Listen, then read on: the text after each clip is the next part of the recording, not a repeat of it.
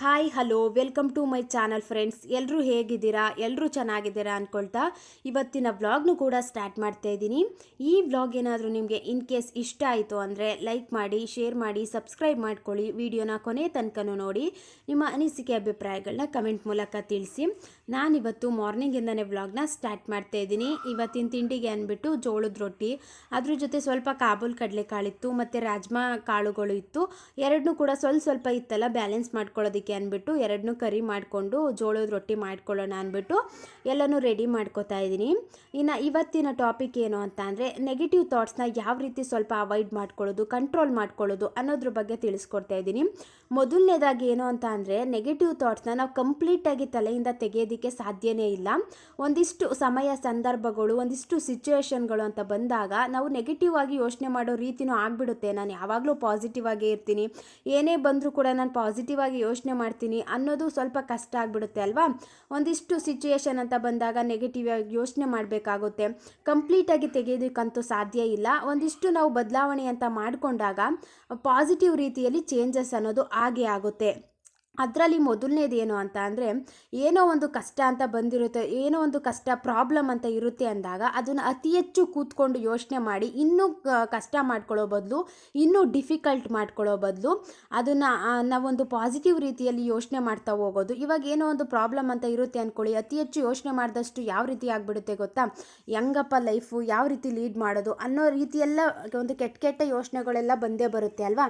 ಅದನ್ನೇ ನಾವು ಬದಲಾಯಿಸ್ಕೊಂಡು ಏನೇ ಬಂದರೂ ಕೂಡ ಒಂದು ಪ್ರಾಬ್ಲಮ್ನ ನಾನು ಫೇಸ್ ಮಾಡ್ತಾ ಹೋಗ್ತೀನಿ. ಏನೇ ಕಷ್ಟ ಬಂದರೂ ಕೂಡ ನಾನು ಅದನ್ನು ಸಾಲ್ವ್ ಮಾಡೋದಕ್ಕೆ ಒಂದು ಸೊಲ್ಯೂಷನ್ ಅನ್ನೋದನ್ನು ಹುಡುಕ್ತಾ ಹೋಗ್ತೀನಿ ಅಂತ ಆ ಒಂದು ಯೋಚನೆ ಮಾಡೋ ರೀತಿನ ನಾವು ಚೇಂಜಸ್ ಮಾಡ್ಕೊಂಡು ಹೋದಾಗ, ಒಂದು ಬದಲಾಯಿಸ್ಕೊಂಡು ಹೋದಾಗ ಒಂದು ಪಾಸಿಟಿವ್ ರೀತಿಯಲ್ಲೇ ಒಂದು ಯೋಚನೆಗಳು ಬರಲಿಕ್ಕೆ ಸ್ಟಾರ್ಟ್ ಆಗುತ್ತೆ. ನಾವು ಯಾವಾಗ ಒಂದು ನೆಗೆಟಿವ್ ಸೈಡಿಂದನೇ ಥಿಂಕ್ ಮಾಡೋದಕ್ಕೆ ಜಾಸ್ತಿ ಸ್ಟಾರ್ಟ್ ಮಾಡ್ತೀವಿ, ಒಂದು ನೆಗೆಟಿವ್ ಯೋಚನೆಗಳೇ ಬರ್ತವೆ. ಅದನ್ನು ಬಿಟ್ಟು ಒಂದು ಕೆಟ್ಟದ್ರಲ್ಲೂ ಒಂದು ಒಳ್ಳೆಯದನ್ನು ನೋಡ್ತಾ ಹೋದಾಗ ಏನೋ ಒಂದು ಪ್ರಾಬ್ಲಮ್ ಅಂತ ಆಗಿರುತ್ತೆ, ಏನೋ ಒಂದು ಲೈಫಲ್ಲಿ ಕಷ್ಟ ಅಂತ ನಡೆದಿರುತ್ತೆ, ಏನೋ ಒಂದು ಆಗೋಗಿರುತ್ತೆ, ಅದೆಲ್ಲ ಒಂದು ಆಗಿರೋದು ಒಳ್ಳೇದಕ್ಕೇನೆ. ಏನೋ ಒಂದು ಆಗಿದೆ ಅಂದರೆ ಒಂದಿಷ್ಟು ಒಳ್ಳೇದು ಆಗಿರುತ್ತೆ ನನ್ನ ಲೈಫಲ್ಲಿ. ಅದಾಗಲಿಲ್ಲ ಅಂದರೆ ನಾನು ಈ ರೀತಿ ಇರ್ತಿರ್ಲಿಲ್ವೇನೋ, ಇನ್ನೂ ಕಷ್ಟಪಡ್ತಿದ್ನೇನೋ ಅಂತ ನಾವು ಯಾವಾಗ ಒಂದು ಒಳ್ಳೆ ಪಾಸಿಟಿವ್ ರೀತಿಲೇ ನೋಡ್ತಾ ಹೋಗ್ತೀವಿ, ಏನೇ ಒಂದು ನೆಗೆಟಿವ್ ಇದ್ದರೂ ಕೂಡ ಅದನ್ನು ನಾವು ಯೋಚನೆ ಮಾಡೋ ರೀತಿಲಿ ಬದಲಾಯಿಸ್ಕೊಂಡು ಪಾಸಿಟಿವ್ ಮಾಡ್ಕೊಳ್ಳೋದು ಕೂಡ ತುಂಬಾ ಇಂಪಾರ್ಟೆಂಟ್ ಆಗುತ್ತೆ. ಅದ್ರ ಬಗ್ಗೆನೇ ನಾವು ಒಂದು ಕೆಟ್ಟದಾಗೆ ಯೋಚನೆ ಮಾಡ್ತಿದ್ರೆ ಇನ್ನೂ ಒಂದು ಕೆಟ್ಟ ಯೋಚನೆಗಳೆಲ್ಲ ತಲೆಯಲ್ಲಿ ಬರಲಿಕ್ಕೆ ಸ್ಟಾರ್ಟ್ ಆಗಿಬಿಡುತ್ತೆ.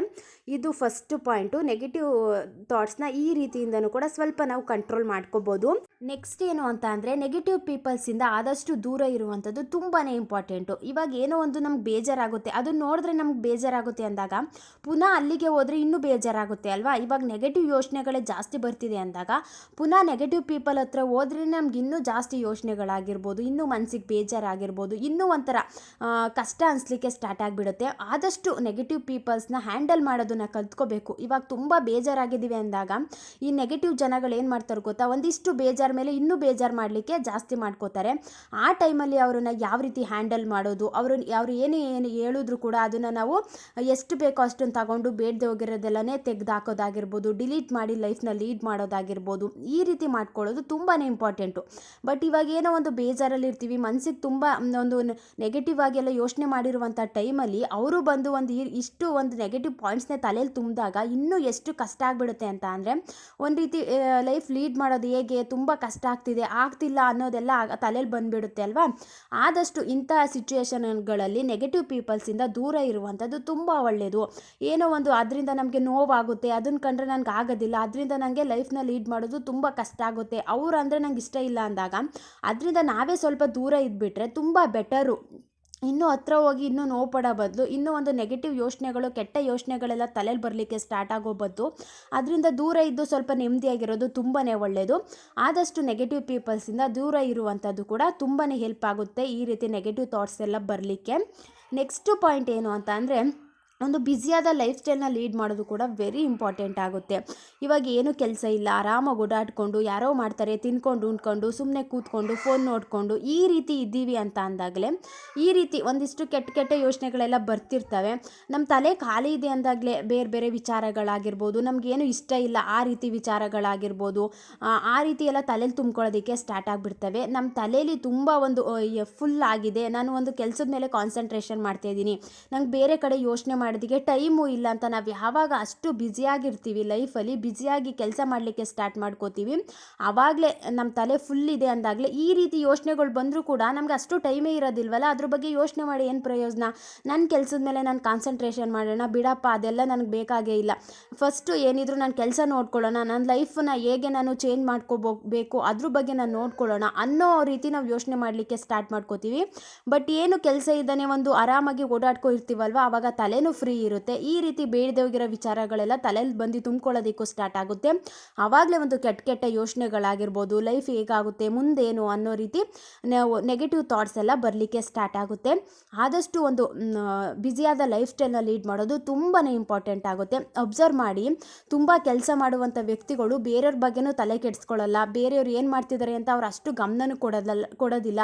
ಅವ್ರ ಕೆಲಸ ಏನು, ಅವ್ರು ಏನು ಮಾಡಬೇಕು, ನೆಕ್ಸ್ಟ್ ಏನು ಮಾಡಬೇಕು ಅನ್ನೋದ್ರ ಬಗ್ಗೆ ಮಾತ್ರ ತಲೆ ಕೆಡಿಸ್ಕೊತಿರ್ತಾರೆ. ತುಂಬಾ ಒಳ್ಳೆಯದು.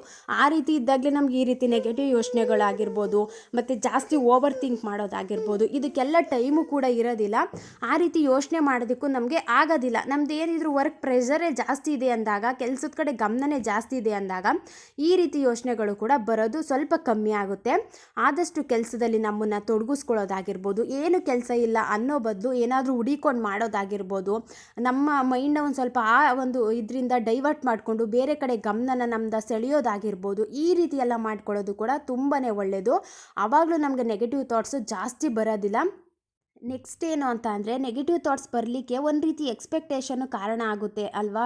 ಇವಾಗ ತುಂಬ ಒಂದು ಎಕ್ಸ್ಪೆಕ್ಟ್ ಮಾಡಿರ್ತೀವಿ ಬೇರೆಯವ್ರ ಮೇಲೆ, ಏನೋ ಒಂದು ನಮಗೆ ಕಷ್ಟ ಅಂತ ಬಂದಿರುತ್ತೆ, ಏನೋ ಒಂದು ಪ್ರಾಬ್ಲಮ್ ಅಂತ ಬಂದಿರುತ್ತೆ. ಆ ಟೈಮಲ್ಲಿ ಅವ್ರು ನಮ್ಗೆ ಹೆಲ್ಪ್ ಮಾಡ್ತಾರೆ, ನಮಗೆ ಏನೋ ಒಂದು ಪ್ರಾಬ್ಲಮ್ನ ಸಾಲ್ವ್ ಮಾಡೋದಕ್ಕೆ ನಮ್ಮ ಜೊತೆ ಇರ್ತಾರೆ ಅಂತ ತುಂಬ ನಾವು ಬೇರೆಯವ್ರ ಮೇಲೆ ಎಕ್ಸ್ಪೆಕ್ಟ್ನ ಮಾಡಿಬಿಟ್ಟಿರ್ತೀವಿ, ಎಕ್ಸ್ಪೆಕ್ಟೇಷನ್ನ ಇಟ್ಕೊಂಡಿರ್ತೀವಿ.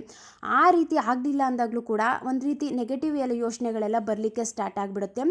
ಆದಷ್ಟು ನಾವು ಯಾರ ಮೇಲೂ ಒಂದು ಎಕ್ಸ್ಪೆಕ್ಟ್ನ ಮಾಡೋದಾಗಿರ್ಬೋದು, ಇದೇ ರೀತಿ ನಮಗೆ ಹೆಲ್ಪ್ ಮಾಡ್ತಾರೆ, ಇದೇ ರೀತಿ ನಮ್ಮ ಜೊತೇಲಿ ಇರ್ತಾರೆ ಅಂತ ನಾವು ಅತಿ ಹೆಚ್ಚು ಯೋಚನೆ ಮಾಡಿ ಒಂದು ನಂಬಿಕೆನ ಇಟ್ಕೊಳ್ಳೋ ಬದಲು, ಆದರೂ ಎಷ್ಟು ಬೇಕೋ ಯಾರಾದರೂ ಹೆಲ್ಪ್ ಮಾಡ್ತಾರಾ ಓಕೆ ಅಂತ ನಾವು ಯಾವಾಗ ಒಂದು ಈಸಿಯಾಗಿ ತಗೋತೀವಿ, ಆವಾಗ ನಮಗೆ ಏನೇ ಪ್ರಾಬ್ಲಮ್ ಅಂದರೂ ಕೂಡ ನಾವೇ ಫೇಸ್ ಮಾಡ್ತಾ ಹೋಗ್ತೀವಿ. ಬಟ್ ತುಂಬ ಒಂದು ಎಕ್ಸ್ಪೆಕ್ಟೇಷನ್ ಇಟ್ಕೊಂಡಾಗಲೇ ಒಂದು ನೆಗೆಟಿವ್ ಯೋಚನೆಗಳೆಲ್ಲ ಬರುತ್ತೆ. ಅದೇನೂ ಆಗಲಿಲ್ಲ ಅಂದಾಗಲೇ ನಮಗೆ ಮನಸ್ಸಿಗೆ ತುಂಬ ನೋವಾಗೋದಾಗಿರ್ಬೋದು, ಮನಸ್ಸಿಗೆ ತುಂಬ ಬೇಜಾರಾಗಿದೆ ಅಂತ ಆ ವಿಷಯದಿಂದ ಬೇಜಾರಾಗಿದೆ ಅಂದಾಗ ಒಂದಿಷ್ಟು ಯೋಚನೆಗಳೆಲ್ಲ ಬರಲಿಕ್ಕೆ ಸ್ಟಾರ್ಟ್ ಆಗ್ತವೆ. ಆದಷ್ಟು ಎಕ್ಸ್ಪೆಕ್ಟೇಷನ್ನ ಮಾಡೋದಕ್ಕೆ ಹೋಗಬಾರ್ದು. ಆವಾಗಲೇ ಒಂದು ಏನು ಬರುತ್ತೋ ಲೈಫಲ್ಲಿ ಅದನ್ನು ಲೀಡ್ ಮಾಡ್ಕೊಂಡು ಹೋಗೋಣ, ಏನೇ ಪ್ರಾಬ್ಲಮ್ ಅಂದರೂ ಫೇಸ್ ಮಾಡೋಣಪ್ಪ, ನಾನೇ ನಿಂತ್ಕೊಂಡು ಫೇಸ್ ಮಾಡೋಣ, ಯಾರೋ ನನ್ನ ಜೊತೆ ಇರ್ತಾರೆ, ಯಾರೋ ನನ್ನ ಕೈ ಜೋಡಿಸ್ತಾರೆ ಅನ್ನೋ ಫೀಲಿಂಗ್ ಎಲ್ಲ ಏನು ಇಟ್ಕೊಳ್ಳೋದು ಬೇಡ. ಏನೇ ಬಂದರೂ ಕೂಡ ನಾನು ಫೇಸ್ ಮಾಡ್ತೀನಿ ಅಂತ ನಾವು ಯಾವಾಗ ಒಂದು ಸ್ಟ್ರಾಂಗ್ ಮೈಂಡ್ಸೆಟ್ಟಿಂದ ಯೋಚನೆ ಮಾಡ್ತೀವಿ, ಎಕ್ಸ್ಪೆಕ್ಟೇಷನ್ ಏನು ಇಟ್ಕೊಳ್ಳೋದಿಲ್ಲ, ಆವಾಗ ನೆಗೆಟಿವ್ ಥಿಂಕಿಂಗು ಕೂಡ ಸ್ವಲ್ಪ ಕಮ್ಮಿ ಮಾಡ್ಕೋಬೋದು, ನೆಗೆಟಿವ್ ಥಾಟ್ಸ್ ಬರೋದು ಕೂಡ ಸ್ವಲ್ಪ ಕಮ್ಮಿ ಆಗುತ್ತೆ. ನೆಕ್ಸ್ಟ್ ಏನು ಅಂತ ಅಂದರೆ, ನೆಗೆಟಿವ್ ಥಾಟ್ಸ್ ಎಲ್ಲ ಜಾಸ್ತಿ ಬರ್ತಿದೆ ತಲೆಯಲ್ಲಿ ಅಂದಾಗ, ತುಂಬ ಬೇಜಾರಲ್ಲಿದ್ದೀವಿ ಅಂದಾಗ ಯಾರಾದರೂ ಒಬ್ಬರು ಪಾಸಿಟಿವ್ ಆಗಿ ಮಾತಾಡ್ತಾರೆ ಅಂದರೆ ಎಷ್ಟು ಖುಷಿ ಕೊಡುತ್ತೆ ಅಲ್ವಾ. ಪಾಸಿಟಿವ್ ವ್ಯಕ್ತಿಗಳ ಜೊತೆ ಮಾತಾಡೋದಾಗಿರ್ಬೋದು, ಏನೋ ಒಂದು ಪ್ರಾಬ್ಲಮ್ ಇದೆ ಅದನ್ನು ನಾವು ಹೇಳ್ಕೊಡೋದಾಗಿರ್ಬೋದು, ನಮಗೇನೋ ಒಂದು ಒಳ್ಳೆಯದನ್ನು ಬಯಸ್ತಾರೆ, ಏನೋ ಒಂದು ನಮಗೆ ಮೋಟಿವೇಟ್ ಮಾಡೋ ರೀತಿ ಮಾತಾಡ್ತಾರೆ ಅಂದಾಗ ಅವ್ರ ಜೊತೆ ಶೇರ್ ಮಾಡ್ಕೊಳ್ಳೋದು ತಪ್ಪೇನೂ ಇಲ್ಲ. ನಮಗೂ ಕೂಡ ಮನಸ್ಸಿಗೆ ರಿಲ್ಯಾಕ್ಸ್ ಅನ್ನೋದು ಸಿಗುತ್ತೆ. ಏನೋ ಒಂದು ಪ್ರಾಬ್ಲಮ್ ಇದೆ ಅಂದಾಗ ಅವರು ಒಂದು ರೀತಿ ಸೊಲ್ಯೂಷನ್ ಅನ್ನೋದನ್ನು ಹೇಳ್ತಾರೆ ಅಲ್ವಾ. ಮನಸ್ಸಲ್ಲೇ ಇಟ್ಕೊಂಡು ಅದನ್ನೇ ಕುರ್ಗೋ ಬದಲು ಯಾರ ಜೊತೆನಾದರೂ, ಇವಾಗ ಅಮ್ಮನ ಜೊತೆ ಆಗಿರ್ಬೋದು, ನಮ್ಮ ಫ್ಯಾಮಿಲಿ ಮೆಂಬರ್ಸ್ ಜೊತೆ ಆಗಿರ್ಬೋದು, ಶೇರ್ ಮಾಡಿಕೊಂಡ್ರೆ ಏನೂ ತಪ್ಪಿಲ್ಲ, ನನಗೂ ಒಳ್ಳೆಯದನ್ನೇ ಬಯಸ್ತಾರೆ ಅಂದಾಗ ಅವ್ರ ಜೊತೆ ಹೇಳ್ಕೊಳ್ಳೋದು ಕೂಡ ತುಂಬಾ ಇಂಪಾರ್ಟೆಂಟ್ ಆಗುತ್ತೆ. ಏನೋ ಒಂದು ನೆಗೆಟಿವ್ ಆಗಿ ಯೋಚನೆ ಮಾಡಿಕೊಂಡು ಒಬ್ಬರೇ ಕೂತ್ಕೊಳ್ಳೋ ಬದಲು, ಒಬ್ಬರೇ ಕೂತಿದ್ದೀವಿ ಒಬ್ಬರೇ ಇದ್ದೀವಿ ಅಂದಾಗಲೇ ಒಂದು ರೀತಿ ಬೇರೆ ಬೇರೆ ಥಾಟ್ಸ್ ಎಲ್ಲ ಬರಲಿಕ್ಕೆ ಸ್ಟಾರ್ಟ್ ಆಗುತ್ತೆ. ಏನೋ ಒಂದು ನಾನು ಒಬ್ಬನೇ ಇದ್ದೀನೇನೋ, ಯಾರೂ ಇಲ್ಲ ಅನ್ನೋ ಒಂದು ಲೋನ್ಲಿ ಫೀಲ್ ಎಲ್ಲ ಸ್ಟಾರ್ಟ್ ಆಗಿಬಿಡುತ್ತೆ ಅಲ್ವಾ. ಆದಷ್ಟು ಒಬ್ಬರ ಜೊತೆ ಶೇರ್ ಮಾಡ್ಕೊಳ್ಳೋದು ಕೂಡ ಆ ಕ್ಷಣಕ್ಕೆ ನಮ್ಮ ಮನಸ್ಸಿಗೆ ಏನೋ ಒಂದು ರಿಲ್ಯಾಕ್ಸ್ ಅನ್ನೋದು ಸಿಗುತ್ತೆ. ನೆಗೆಟಿವ್ ಥಾಟ್ಸಿಂದನೂ ಕೂಡ ಒಂದು ಸ್ವಲ್ಪ ನಮಗೆ ಡೈವರ್ಟ್ ಅನ್ನೋದಾಗುತ್ತೆ. ಆ ಸೈಡಿಂದ ಮೈಂಡಿಂದ ಡೈವರ್ಟ್ ಆಗಿ ನಾವು ಬೇರೆ ಕಡೆ ನಮ್ಮನ್ನು ನಾವು ನಮ್ಮ ಯೋಚನೆನ ಮಾಡಲಿಕ್ಕೂ ಕೂಡ ಈಸಿ ಆಗುತ್ತೆ. ಈ ರೀತಿ ಒಂದಿಷ್ಟು ಚೇಂಜಸ್ ಅನ್ನೋದು ನಾವು ಮಾಡಿಕೊಂಡಾಗ ನೆಗೆಟಿವ್ ಥಾಟ್ಸ್ ಜಾಸ್ತಿ ಬರ್ತಿದೆ ಅಂದಾಗ ಬದಲಾವಣೆ ಅನ್ನೋದು ತುಂಬಾ ಮುಖ್ಯ ಆಗುತ್ತೆ. ಅದ್ರ ಕಡೆ ಜಾಸ್ತಿ ಗಮನ ಕೊಡೋ ಬದಲು ನಮ್ಮನ್ನು ನಾವು ಯಾವ ರೀತಿ ಚೇಂಜ್ ಮಾಡ್ಕೊಳ್ಬೋದು, ನಮ್ಮನ್ನು ನಾವು ಚೇಂಜ್ ಮಾಡ್ಕೊಳ್ಳೋದು ನಮ್ಮ ಕಂಟ್ರೋಲಲ್ಲಿರುತ್ತೆ ಅಂದಾಗ ಅದನ್ನು ಚೇಂಜ್ ಮಾಡಿಕೊಂಡು ಮುಂದೆ ಹೋಗೋದು ತುಂಬಾ ಒಳ್ಳೆಯದು. ಅದ್ರ ಬಗ್ಗೆ ಅತಿ ಹೆಚ್ಚು ಯೋಚನೆ ಮಾಡಿದಷ್ಟು ಇನ್ನೂ ಪ್ರಾಬ್ಲಮ್ಗಳು ಜಾಸ್ತಿ ಆಗಿಬಿಡ್ತವೆ.